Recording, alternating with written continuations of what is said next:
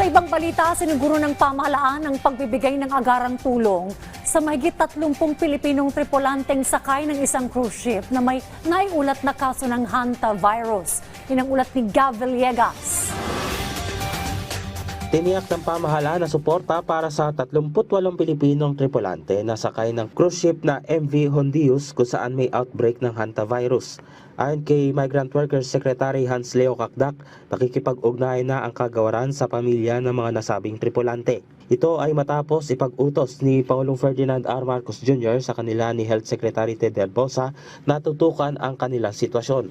Nakikipag-ugnayan na rin si Secretary Herbosa sa kanyang Spanish counterpart at sa World Health Organization para tutukan ang kanilang kalagayan. Tiniyak naman ng manning agency at may-ari ng barko sa kagawaran na nananatiling ligtas mula sa banta ng hantavirus ang mga nasabing tripulante. Mayroon ring ipinapatupad na medical protocol sa loob ng cruise ship at kakailanganin na magkaroon ng medical clearance bago sila makababa ng barko at makauwi ng bansa. And rest assured, there will be proper medical protocols there. Let's put it that way. They will just have to go through the proper medical clearances and protocols before they can safely return home. So yun muna siguro ang tabayanan natin. We are also reaching out to the families of the 38 and assure them of governmental support. Yun naman din ang pinag-utos ng ating Pangulo.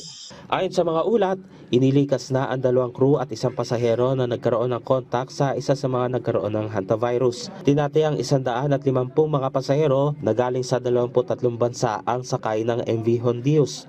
Ayon naman sa Interior Ministry ng Spain, sisimula ng pag-evacuate sa mga pasahero sa darating na Lunes sa oras na dumaong ang barko sa Tenerife sa Canary Islands. Pagkarating doon ay ire-repatriate pabalik ng kanilang mga bansa ang mga non-Spanish citizen na sakay ng cruise ship. 2 Dutch at isang German national na ang namatay dahil sa hantavirus. Kalimitan na kumakalat ang nasabing sakit sa mga daga sa pamamagitan ng kanilang ihi, dropping o kaya ay laway. Gab Humilde Villegas para sa Pambansang TV sa Bagong Pilipinas.